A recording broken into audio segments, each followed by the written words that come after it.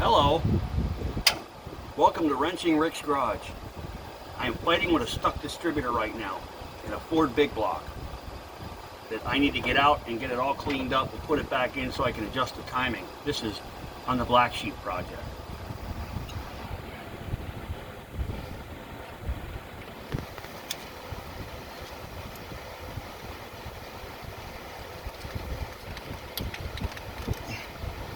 Come on.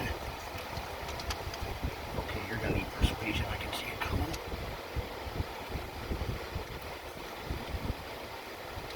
Oh, there you go. Oh, look at all that rust. Yummy. I wonder, wouldn't it? Gear's good. Let's see if we can clean it right here.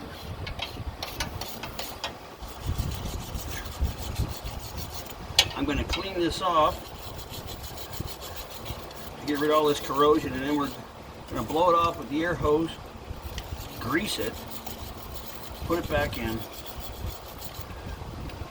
and then we're going to start the engine and set the timing. I already put it to top dead center while I was trying to get it loose. Oh, I messed up. One moment, I have to go get a file. Gotta get this burr off of here.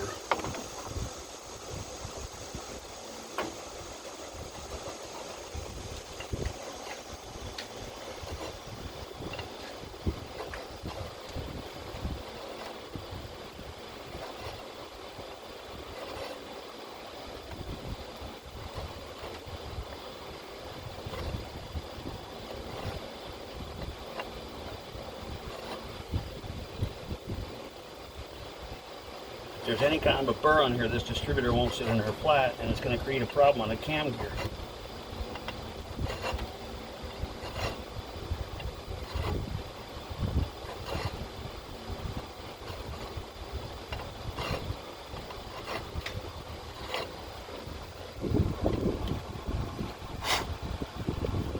That should do the trick.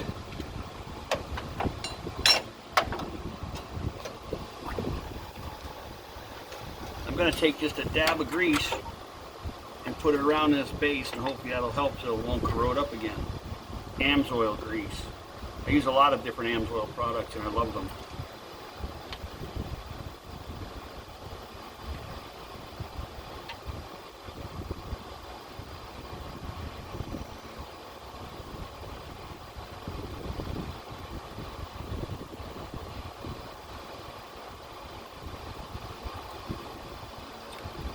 Now comes the fun part. We got to try to get this sit back in there.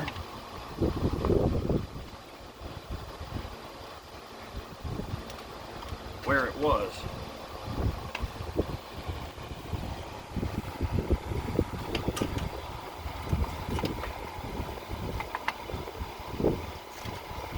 I have my guess.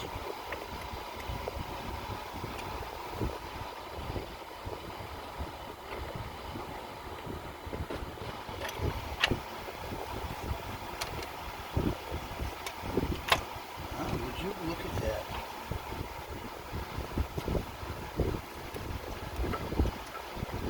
that. Ford, there's a number 1 on the cap.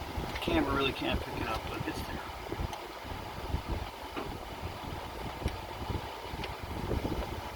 Number 1. Keep it off there.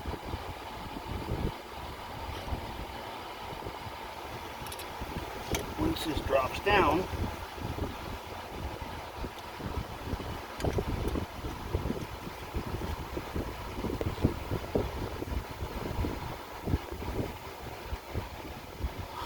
great.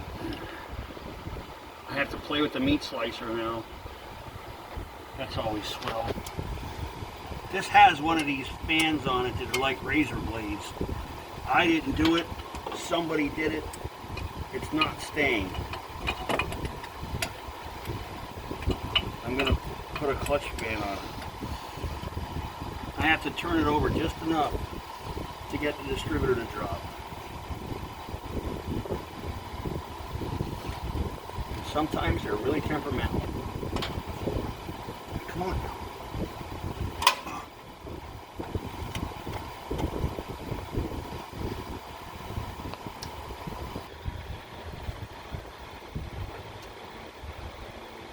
I marked this distributor.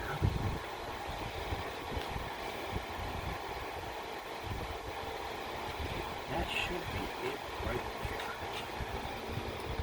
there. If anything, I have it one tooth off. Hopefully I don't have any teeth off. That would be nice.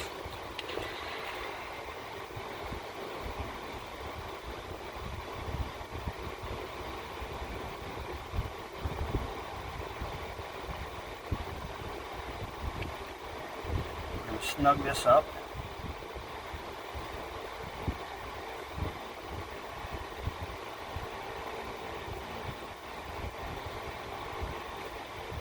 Vents are pretty good.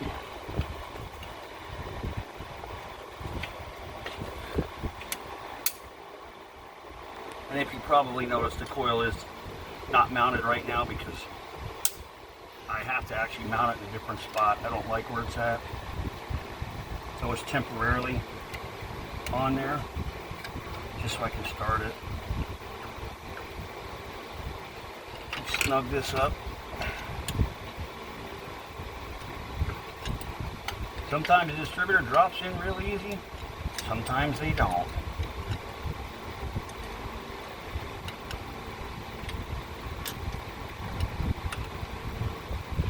Okay, now we're going to start it, get a baseline. This plug is about El Shadow.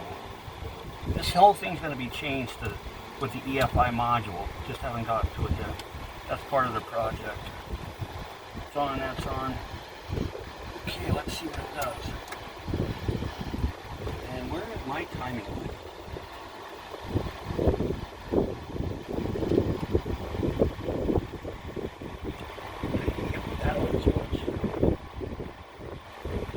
Having a battery does help once in a while.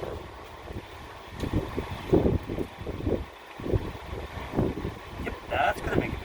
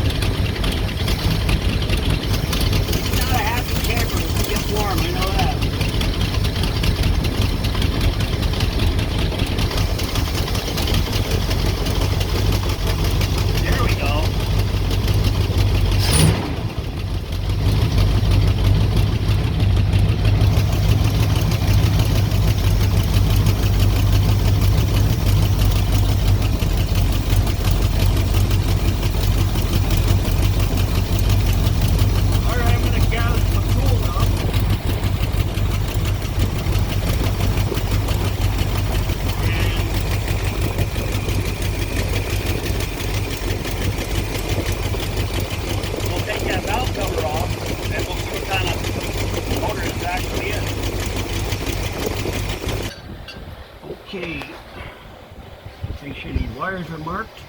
What we're doing now is I'm trying to confirm a little better what year this engine is. Under the valve cover there's numbers. The rocker arms also tell me 68, 71 stud mounted rockers, 72 to present stamped steel rockers. Okay, they're all marked, so now I can pull the spark plug wires off, and I know I'm going to get them back in order. And we're going to pull this valve cover off and see if it tells us a story.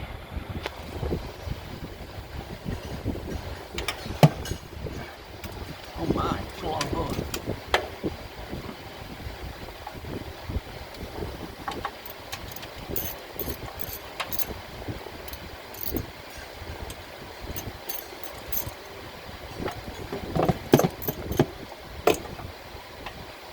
I'm thinking there were things done to this engine because there's things on here that aren't on a factory motor. Hey, it's got an Edelbrock intake, and the valve covers have retaining tabs on them. I'll show you in a minute.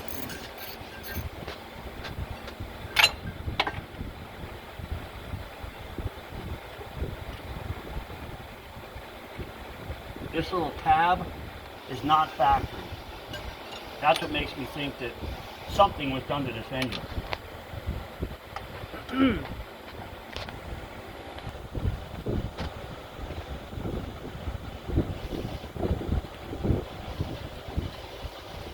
So maybe, hi Nutter, the shop dog. This will tell us. The only problem is if it's the older motor, it can't stay in here. The compression is way too high on it, it'll never work. But I have a fresh motor in Thunder. It's just been sitting so long, it's got to be teared down. I just looked at and gone over and regasketed it. Nope, suspense is killing me here. One more.